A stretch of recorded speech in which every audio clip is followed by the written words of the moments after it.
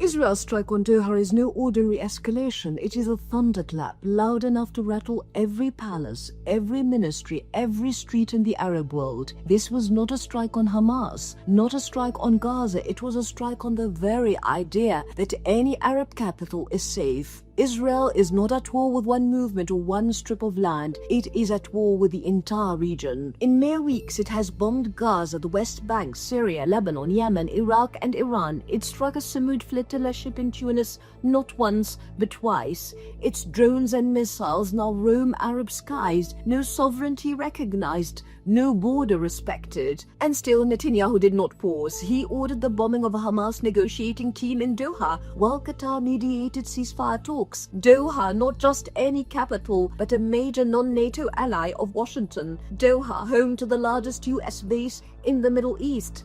Doha, a state that has poured billions into American coffers. None of it mattered. In one single day, Israel bombed a Gulf state at the heart of the Arabian Peninsula and a North African state across the Mediterranean. Two continents, two Arab states, thousands of miles apart. The message is unmistakable. No one is immune. Israel is laying down a new law. Every land, every water, every sky is fair game if Israel wills it. International law is ashes. The only law is brute force. Knesset Speaker MEE Opinion spelled it out soon after the strike on Doha. This is a message to the entire Middle East. He even posted it in Arabic to make sure the humiliation was direct. And Washington nods along. Just months ago, Trump stood in Doha boasting of a $1.2 trillion deal, pocketing tributes, even a $400 million private jet, a palace in the sky. Doha had just mediated the Congo-Rwanda deal under his patronage. Yet when Netanyahu called in the strike, Trump gave the green light. Afterwards came the perfunctory phone call, of course. Mubarak's maxim stands vindicated. He who leans on the Americans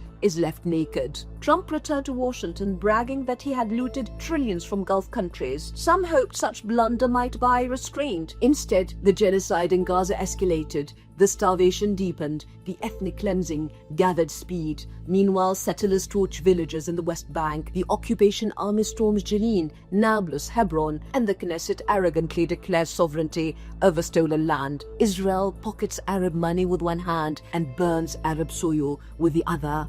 And the irony cuts deeper still. The men bombed in Doha were not fighters, but negotiators, delegates present because the US asked Qatar to host them. Qatar carried out America's bidding, and still Israel bombed its capital under America's cover. Of course, when the assassination attempt failed, America washed its hands. As Tom Barrack, US ambassador to Turkey, once admitted, for Israel, the Sykes-Picot lines are meaningless. They will go where they want, when they want, and do what they want. This doctrine of impunity is not improvised. It follows the blueprint of the 1982 Yinon Plan, which called for the fragmentation of Arab states into sectarian enclaves. Iraq splintered into Sunni, Shia and Kurdish entities. Syria divided into Alawite, Druze and Sunni fiefdoms. Egypt weakened so Sinai could be reoccupied. Palestinians transferred across the Jordan. The same vision resurfaces in today's Israeli discourse. The author of Return to Mecca, Avi Lipkin, predicted that Israel's borders would extend from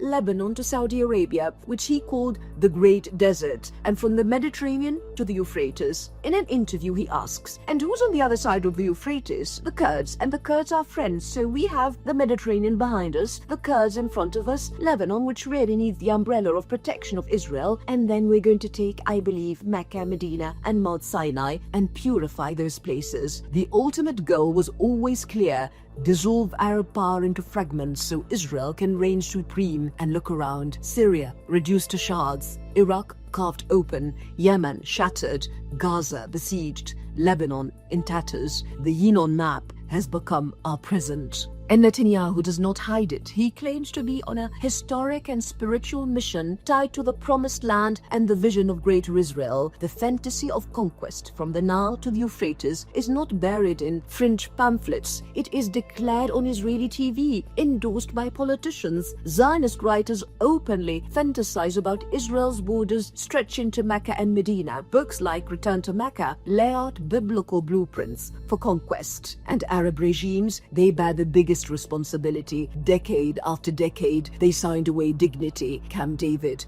Oslo, Wadi Araba, the Abraham Accords. Each time they thought appeasement would buy security, each time Israel pocketed the concessions and came back for more. Egypt condemns genocide in Gaza with words, while its trade with Israel soars. Exports doubled in 2024, rose another 50% in 2025. Cairo negotiated a $35 billion gas deal, the largest in its history, even as Norway divested from Israel for war crimes. And beyond trade, Arab skies remain open. European states banned Russian planes after Ukraine. Arab states can't even close their skies to Israeli jets, even as they bomb Gaza and now Doha. Instead, they jail their own people for protesting. They silence solidarity at home while Israel roams free. Paralysis, impotence, betrayal. But silence cannot last forever. The Arab people are watching. They see steadfastness in Gaza. They see solidarity from Spain to Malaysia. And they ask, why do their own rulers do nothing? Illusions of American protection lie in ruins. Bases, fleets, tributes, they have bought nothing. What the US offers today is not protection, but exposure, not shelter,